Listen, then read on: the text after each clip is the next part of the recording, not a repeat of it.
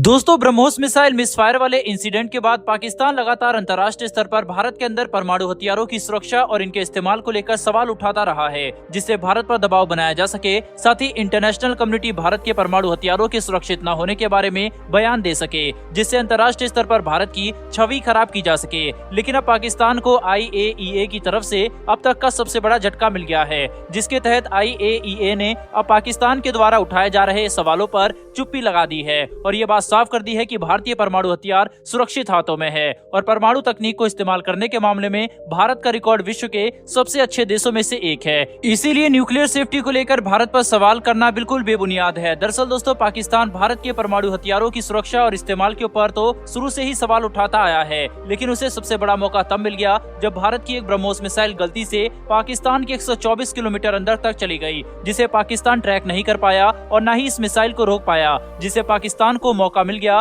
भारतीय हथियारों की सुरक्षा पर सवाल उठाने का। लेकिन अब क्योंकि खुद IAEA यानी कि इंटरनेशनल एटॉमिक एनर्जी एजेंसी ने ही पाकिस्तान के कंसर्न को सिरे से नकार दिया है, इससे ये बात तो साबित होती है कि भारतीय परमाणु हथियार और उपकरण पूरी तरह से सुरक्षित हाथों में है। लेकिन इससे ये भी पता चलता है कि मौजूदा समय में पाकिस्तान के एयर डिफेंस सिस्टम और रडार इतने शक्तिशाली नहीं है कि वह भारत के ब्रह्मोस मिसाइल को ट्रैक करके न्यूट्रलाइज कर सके, जो कि पाकिस्तान की कमजोरी को साफ तौर पर दर्शाता है। हालांकि ब्रह्मोस मिसाइल मिसफायर वाले इंसिडेंट के बाद पाकिस्तान ने अपने एयर डिफेंस सिस्टम और रडार के नेटवर्क को पहले के मुकाबले काफी अपग्रेड किया है, ताकि भविष्य में वह ऐसी घटनाओं का सामना कर सके। लेकिन क्योंकि ये सभी उपकरण चीन से आए हैं, इसीलिए इनकी क्षमता पर अभी भी सवाल उठाए जा सकते हैं। जो भी हो, IAEA द्वारा ये बात साफ तौर पर बोली गई है कि भारतीय परमाणु हथियार पूरी तरह से सुरक्षित है। भारत के लिए काफी राहत की खबर है। लेकिन जहाँ एक तरफ खुद IAEA भारतीय परमाणु हथियारों की सुरक्षा की गवाही दे रहा है, वहीं पर पाकिस्तान के परमाणु हथियारों की सुरक्षा पर सवाल जरूर उठा रहा है,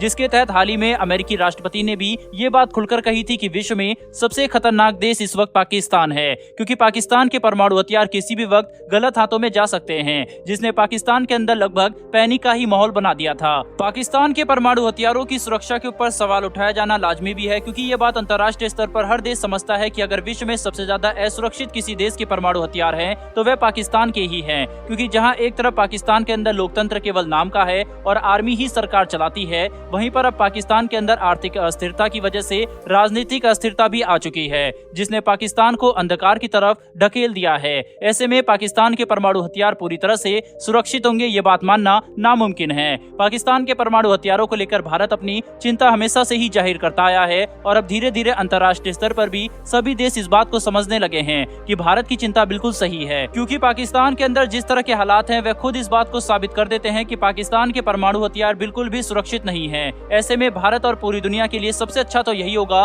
कि पाकिस्तान अपने परमाणु हथियारों को छोड़ दे और डीन्यूक्लियराइजेशन की तरफ बढ़े, जिससे भारत की चिंता खत्म हो जाए और पूरी दुनिया ये सुनिश्चित कर सके कि पाकिस्तान के परमाणु हथियार आगे जाकर आतंकवादियों के हाथ नहीं लगेंगे, जो कि पूरी दुनिया के लिए बेहद ही विनाशकारी हो सकता है। वहीं पर दोस्तों, दूसरी तरफ भारत और फ्रांस की साझेदारी की तरफ से काफी बड़ी खबर निकलकर सामने आ रही है, जिसके तहत भारतीय सेना के प्रमुख जनरल मनोज पांडे फ्रांस के 4 दिवसीय दौरे पर हैं, जो कि 14 नवंबर से 17 नवंबर तक चलेगा। इस दौरान वे अपने फ्रेंच काउंटर पार्ट से भी मुलाकात करेंगे और भारत फ्रांस के बीच में रक्षा साझेदारी को बढ़ाने पर जोर दिया जाएगा। भारतीय सेना के प्रमुख का ये फ्रांस दौरा इसलिए भी महत्वपूर्ण है क्योंकि हाल ही में फ्रेंच वायुसेना के प्रमुख भारत आए थे। वहीं भारत और फ्रांस के बीच में 18 दिन लंबा युद्ध अभ्यास भी चला है, जो कि इस बात को दर्शाता है कि भारत और फ्रांस अपने रक्षा संबंधों को विकसित करने के लिए काफी ज्यादा सक्रियता से काम कर रहे हैं। वहीं इस वक्त अगर विश्व में रूस के बाद कोई ऐसा देश है जिसके साथ भारत के रक्षा संबंध सबसे ज्यादा तेजी से विकसित हो रहे हैं और भविष्य में दोनों देशों की रक्षा समझौते बिलियंस ऑफ डॉलर की कीमत तक हो सकते हैं, तो वह फ्रांस ही है, क्योंकि आने वाले कुछ समय में भारत फ्रांस के साथ बिलियंस डॉलर्स की